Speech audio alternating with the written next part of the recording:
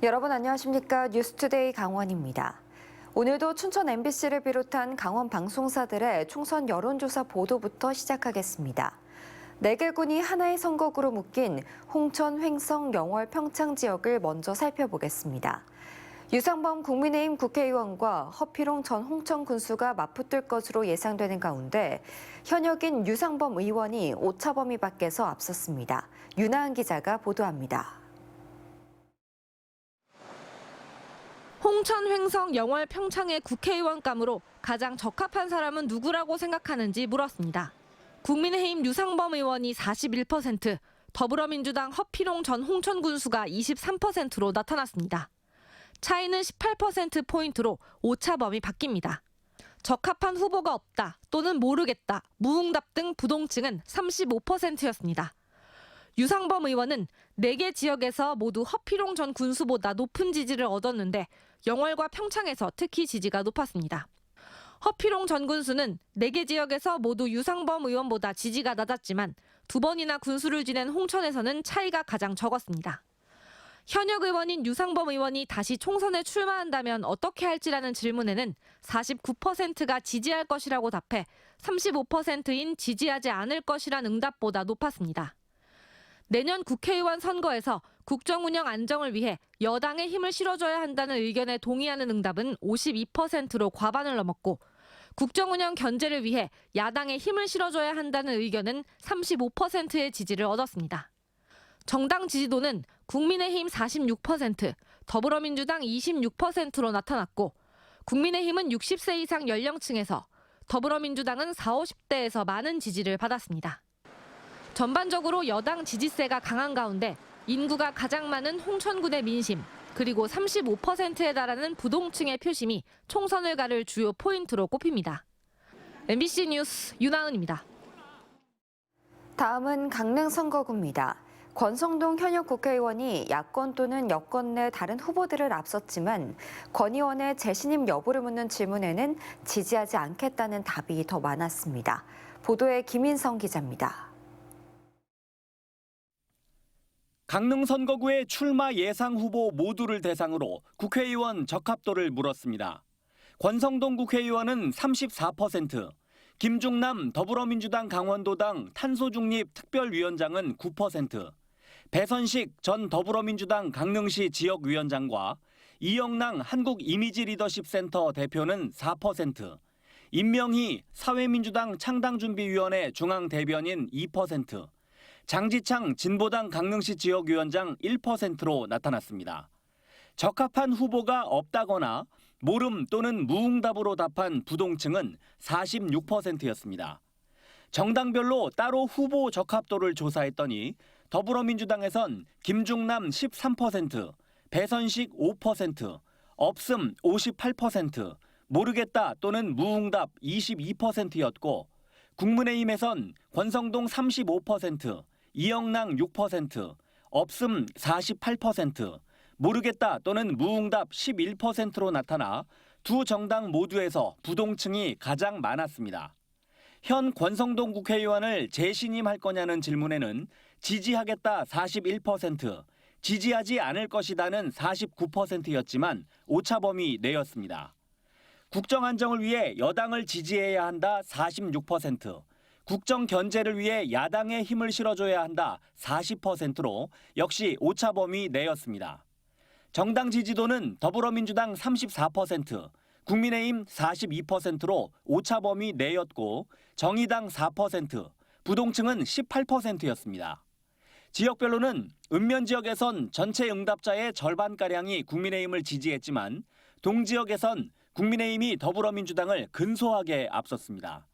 연령별로는 60세 이상에선 국민의힘이, 40대와 50대에선 더불어민주당이 각각 오차범위 밖에서 앞섰고 20대와 30대는 오차범위 내에서 팽팽했습니다.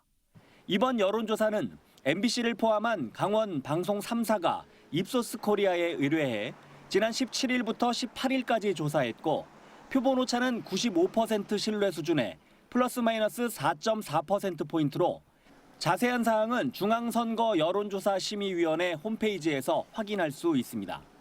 MBC 뉴스 김인성입니다. 한파가 찾아온 지난 18일 원주시 한 도로에 100m가 넘는 빙판길이 생겼습니다. 차량이 미끄러지는 등 시민들이 큰 불편을 겪었는데요. 시민들의 신고에도 도로를 관리해야 할 원주시가 신고 후 4시간이 지나서야 현장에 도착해 늑장 대응이라는 원성을 샀습니다. 보도에 유주성 기자입니다. SUV 한 대가 얼음으로 뒤덮인 언덕길을 힘겹게 오릅니다.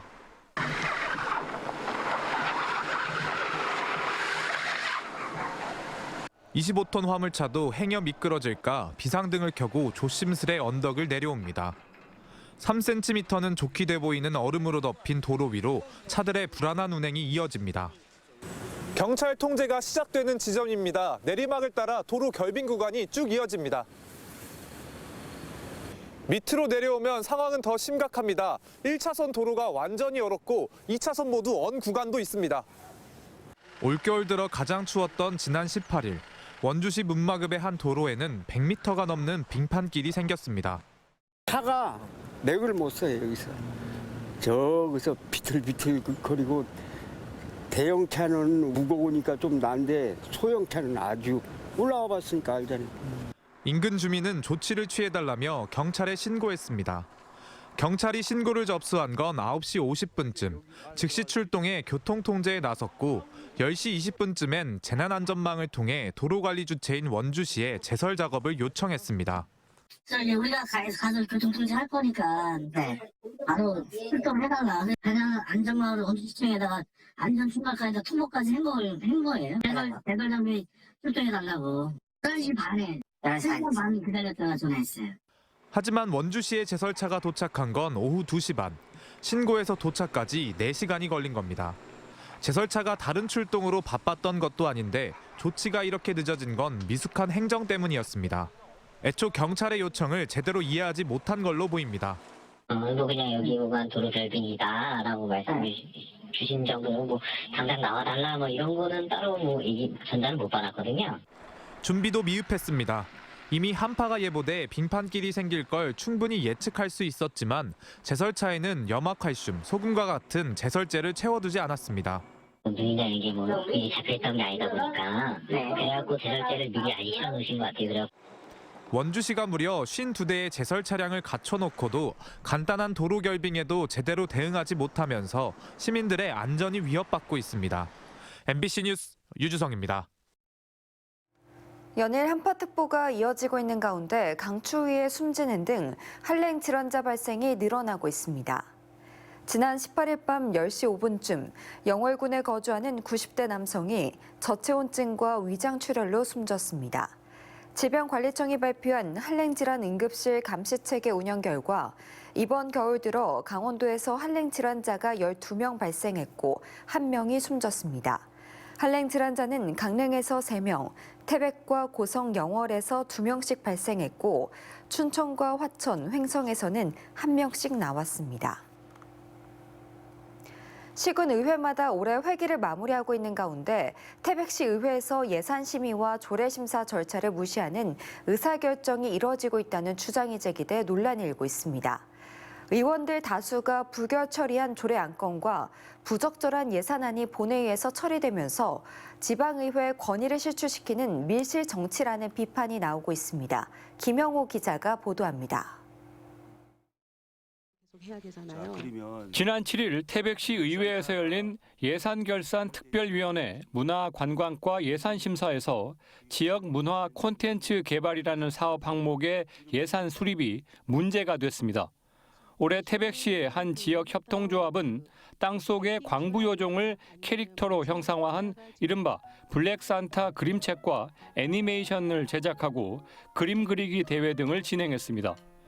이 사업과 관련해 태백시는 내년에도 사업을 이어가겠다며 2억 원의 예산을 책정한 겁니다. 그런데 사업 성과가 부족하다는 평가와 함께 특정 시의원이 연관돼 있다는 지적이 일면서 다수의 시의원들은 반대했습니다.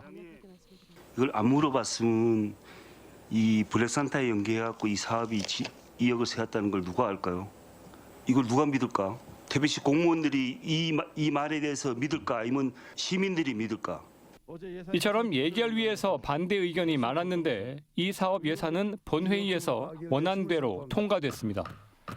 뿐만 아니라 조례 심사 절차도 무력화되는 일이 벌어졌습니다. 최근 조례 심사 특별위원회는 3건을 부결 또는 자동 폐기했는데 태백시 의회 정례회 본회의에서 시의장 직권과 수정 안건으로 2건이 상정돼 통과됐습니다. 조례심사특별위원회에서 본회의에 부의하지 아니하기로 한 태백시 청년센터 관리 운영 민간위탁 동의안과 태백시 통관 설치 조례 일부 개정 조례안에 대하여 의장 요구로 의사일정에 추가하여 처리하도록 하겠습니다. 태백시 청년센터에 대한 안건은 졸속 추진이라는 이유로 보완 의견이 있었고 통반장 관련 조례는 전국적으로 연임을 2회로 제한하는 상황이어서 소위원회는 본회의에 부의하지 않았습니다. 그런데 이런 소위원회 심의는 무시한 채 안건들이 본회의에서 처리되자 의원들 사이에서도 밀실정치라는 비판이 나왔습니다. 예산결산특별위원회에서 개수 조정 중 의원들이 결정한 내용은 빠지고 결정 안 한 내용은 본회의에 상정됐습니다. 공유재산과 조례심사도 마찬가지입니다. 이는 위원회의 활동을 무력화하며 의회의 권위를 스스로 떨구는 시의장은 절차대로 했을 뿐이라고 밝혔습니다. 그런데 3분의 1 이상이면 안건은 다시 올라올 수가 있잖아요. 저 올라왔더라고.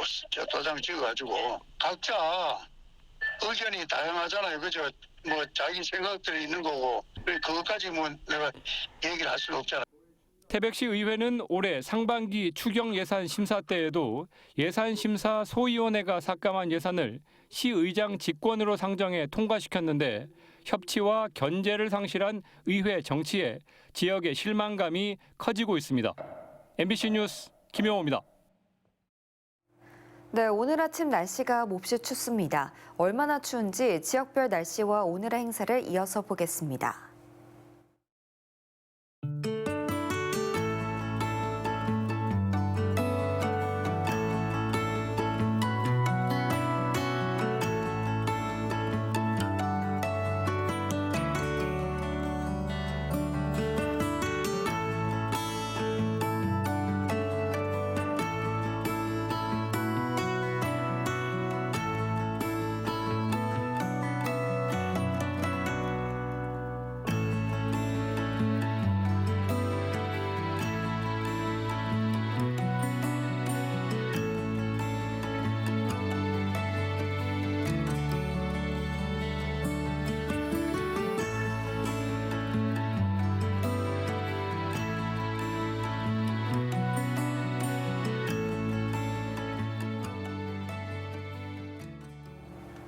서울 청량리에서 태백역까지 태백선 ITX 마음 열차의 운행 소요 시간이 오는 29일부터 13분 단축됩니다. 강원도와 강원 남부 5개 시군은 경기 양평과 용문, 양동 3개역에 대한 미정차를 코레일에 건의해 손실 보전 금액에 대한 협의를 마치고 청량리에서 태백까지 2시간 54분 만에 이동할 수 있게 됐다고 밝혔습니다. 지난 10월부터 운행을 시작한 ITX 마음 열차의 이용객 수는 현재 하루 960여 명으로 나타났습니다. 정선 아리랑제가 2년 연속 문화체육관광부의 문화관광축제로 선정됐습니다. 정선 아리랑의 전승과 보존을 목적으로 개최된 올해 정선 아리랑제는 12개 부문 83개의 다채로운 프로그램으로 꾸며졌고 10만여 명의 관람객을 유치했습니다. 정선구는 이번 문화관광축제 선정으로 2년 동안 국비 지원과 홍보 마케팅 등을 제공받게 됐습니다. 2024-2025 문화관광축제는 올해 열린 전국 1,200여 개 지역축제 가운데 25개를 선정했습니다. 인제군 자율방재단이 마을 안길과 시가지 등 제설 취약지역 제설을 위해 민관합동 마을 제설반을 구축했습니다. 마을 제설반은 최근 관대리 38대교 인근에서 폭설 상황을 가정한 현장 훈련도 진행했습니다. 이 폭설 상황이 발생하면 소규모 제설 장비 13대를 투입해 취약계층이 거주하는 산간과 상습 결빙 지역 등에서 제설 작업을 실시할 예정입니다. 춘천시와 강원지방 중소벤처기업청은 이번 주 금요일과 토요일 춘천 지하도 상가에서 춘천 눈꽃 장터를 엽니다. 강원도 우수 소상공인 40곳이 참여하는 제품 판매전이 열리고 장터와 지하상가에서 10,000원 이상 구매하면 온누리 상품권 5,000원을 지급합니다. 또 온기 나눔 경매와 기부금 전달식, 거리 마술, 삐에로 공연 등 풍성한 행사도 함께 진행됩니다. 강원FC의 주전 중앙 수비수이자 몬테네그로 국가대표로 활약하고 있는 강투지 선수가 강원과 계약을 연장했습니다. 올해 여름 강원으로 이적한 190cm의 장신 수비수 강투지는 승강 플레이오프에서 포함해 후반기 18경기에 나서 한 골을 기록하는 등 팀의 일부 잔류에 큰 역할을 했습니다. 강투지는 강원과 함께할 새로운 시즌과 승리가 기대된다고 계약의 연장 소감을 전했습니다. 강릉 정동진항과 심곡항을 잇는 총 길이 3.5km의 바다 부채길이 완성됐습니다. 강릉시는 해양수산부 공모사업으로 지난 2020년부터 4년간 총 사업비 145억여 원을 들여 정동, 심곡항 어촌유들 300사업을 추진했으며 오늘 준공식을 갖습니다. 이번 사업으로 길이 214m의 해안 보행로가 새로 마련됐고 끊겨있던 해안당구 640m 구간에도 산책로가 만들어지면서 심곡항에서 정동진항을 잇는 바다부채길 3.5km 구간이 모두 연결됐습니다. 철원구는 내년 1월 9일부터 1월 26일까지 새해 농업인 실용교육을 실시합니다.